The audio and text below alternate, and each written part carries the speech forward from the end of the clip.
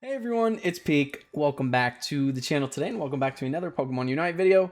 Today, you guys, I'm actually going to be playing Cinderace, who, now that it has been nerfed, like everyone and their mom is playing Greninja. So, if you know me, or you have noticed this about me, I tend to enjoy the characters that, people don't think are as good, or just stuff like that. I will always, of course, love Greninja, but now that he's kind of like uber meta, I don't find it as fun anymore. Just probably because I've played a bunch, even before people regard it as one of the best characters in the game. Who, by the way, if you're wanting an updated tier list, spoiler alert, I think Greninja and Wigglytuff are S tier now. But yeah, so I'm playing Cinderace. It was just kind of what I've been wanting to play recently. It's a fun play style, obviously. It is a lot easier to play than like a Greninja or something because you're just really just based on your auto attacks. That's where your damage comes from, and you need to proc that passive, that ability as often as possible that you get from your auto attacks. Just stacking up those little flame charges to do extra damage in terms of percent health to the enemy.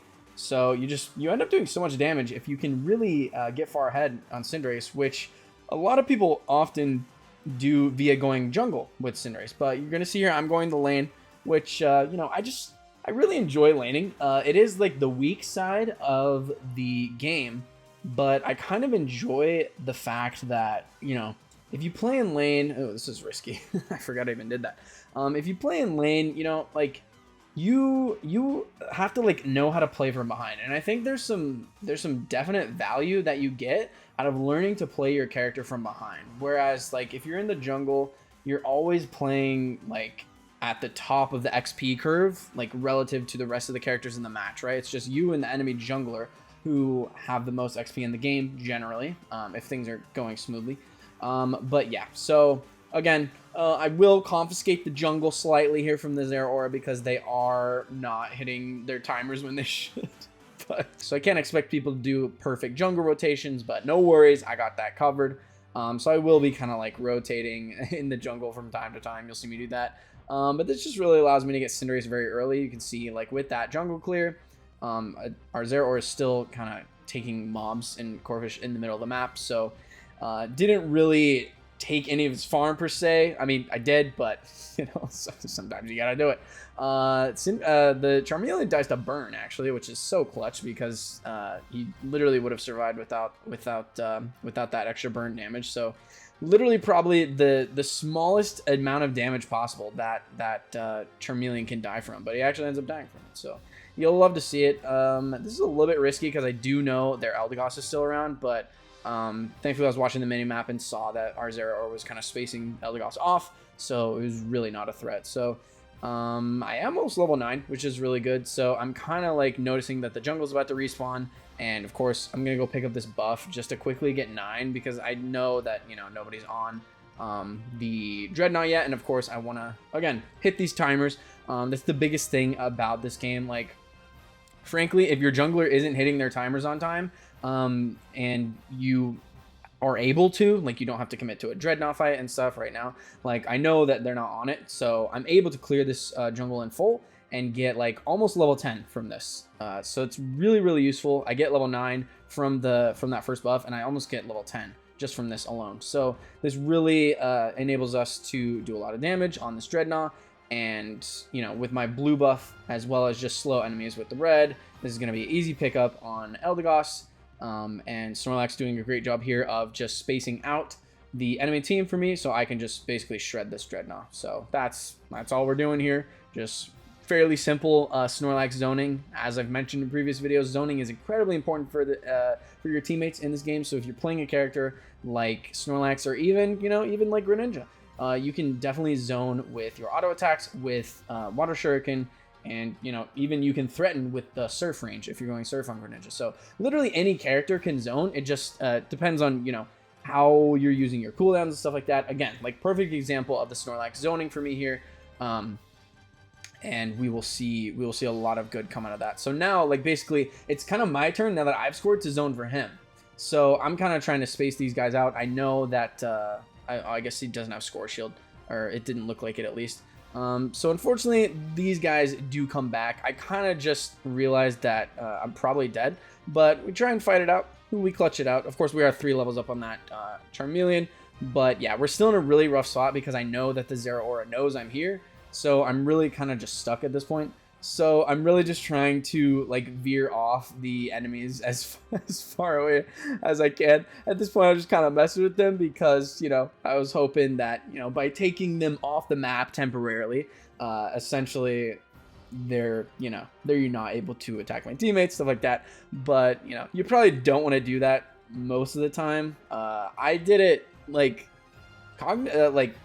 I was actively realizing what I was doing and just hoping that it was going to work out and create time for the rest of the team to get down to the bottom lane to defend.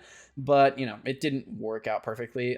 Great use of the Snorlax shield here. As you're seeing, the Snorlax was literally able to hold the point 1v3 against multiple Unite moves and stuff like that. And I'm going to be able to now come in.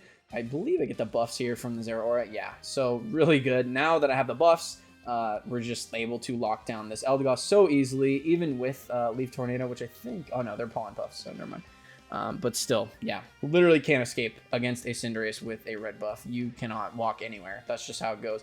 And that's really why ranged characters right now, especially, are just so good in the jungle. Because, again... do I need to say it again? Great example of zoning from the Snorlax there, allowing me and Zeraora to score. We break the goal. The enemy team doesn't have healing, and then we just basically clean up shop here very easily, very textbook. That's kind of what you want to try and do in your games. Obviously, you probably won't have a Snorlax as good as this one, but you know that's what you hope for in terms of what teammates are doing.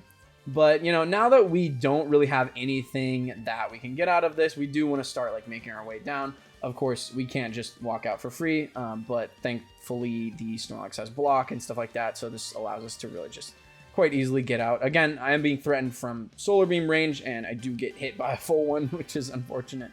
And they're kind of all down here. It's just me and Snorlax down here. The Zeraora is kind of a little bit off to the side, but he will... Oh, yeah, that's right. He uses a Unite move again, so that's going to shred. But the Charizard counter unites, which will happen. It's a lot of shield from Flare Blitz there. I was actually surprised by how much shield that Charizard got from Flare Blitz. That's actually surprising. Charizard new meta confirmed. I haven't played Charizard in a while, but I would definitely like to. I think it's a really good character. I think I want to try different items out on it. Because I was thinking the other day, like, Scope Lens on Charizard, the fact that its auto attacks hit multiple times per, like, cast, I think Scope Lens could actually be really good on Charizard, just due to the fact that, essentially, just imagine that all those little attacks are, like, extra attack speed.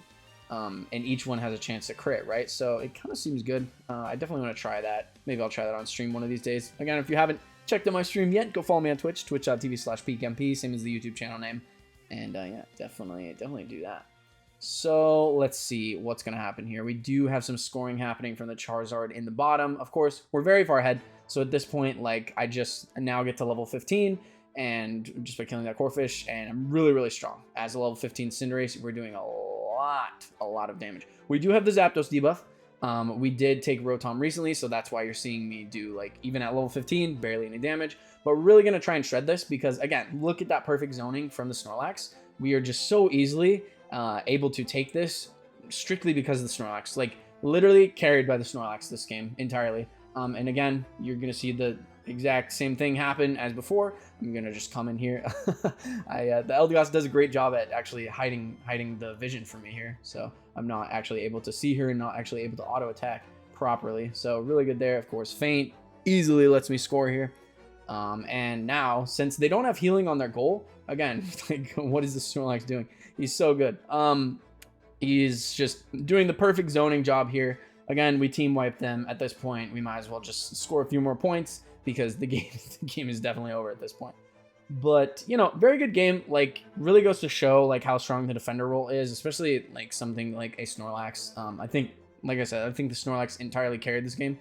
It's just out of his mind, playing for zoning, playing for the team, and stuff like that. That's kind of what you want to see from your Snorlax players. And, of course, a good Snorlax player really enables a character like Cinderace to pop off and to do what you need to do. Like, of course, we started at the top lane there, it, you know, it kind of turned into like I need to start pseudo jungling because our Zeraora is not really taking the jungle. We end up at level 15 around when the Zapdos spawns, so we're really far ahead there, and that just really allows us to like carry this game away. And again, like I said, without that Snorlax, we really probably wouldn't have been able to take that Zapdos there, because the Zapdos debuff was making us do so little damage. You saw how long it was taking, but yeah, pretty good game, you know. Decent KDA, decent score. But yeah, I really enjoy Cinderace still. It, of course, doesn't feel as strong as Greninja anymore, which I think is a bit of a shame, just because a lot of people really liked Cinderace, and I think the nerf hit it really hard. And the buffs to Greninja's Water Shuriken really kind of turned it into a monster. So yeah, that's kind of the state of the game right now. But I still really enjoy Cinderace. Might have to try out Charizard with that scope lens like I was talking about. But anyway, guys, hope you enjoyed that. Appreciate you guys watching as usual.